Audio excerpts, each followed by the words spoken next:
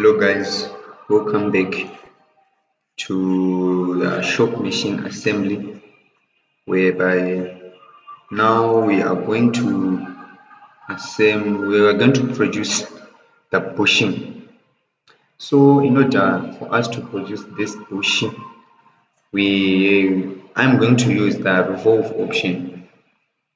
We can use another method of drawing these circles and then extrude them, but I want to use the revolve option so that you can appreciate how we revolve uh, some components in ProE. So I'm going to open my ProE,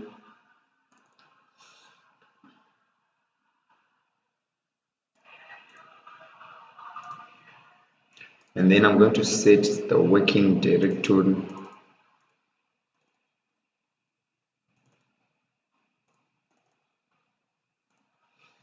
And then I'm going to create a new file whereby I'm going to name this component bushing.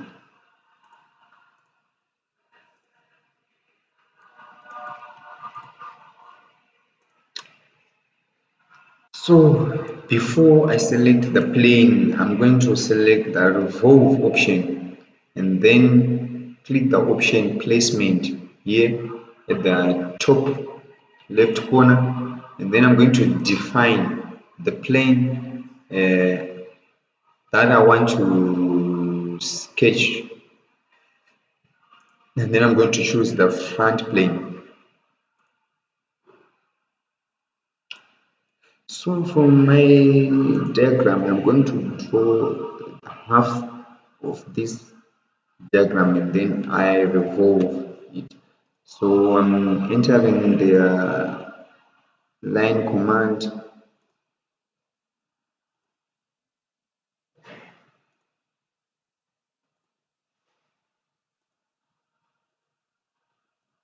then come out of the line command. So I'm going to make my own dimensions here.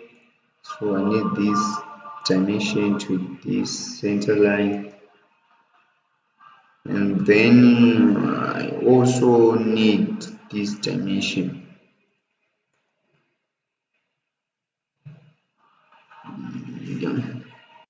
And then this dimension is already there. We also need this dimension to this dimension. Yeah, I think I'm done. And then I have to modify these values. So from here to here, from the center line, it's 200 divided by 2, which is 100. We have to remove regenerate. It's going to be 100 here. And then from this distance, let me check. I need this distance. You know that from this distance to this distance is 150. So 150. So the half of 150 is 75 from here to here. But from 75, I'm going to subtract 25 for this part. So it's 75 minus 25. Yeah, it seems as if there is a lot of calculations, but that's engineering. So here we are saying it's 75 minus 25. It's going to be 50 here. And as you can see here, the half, the total distance here, it's 125. So here it's going to be 125 divided by 2. Then from here to here, this dimension, let me go and check. We know that from this part to this part, it's 100. So from 100, I'm going to subtract 25.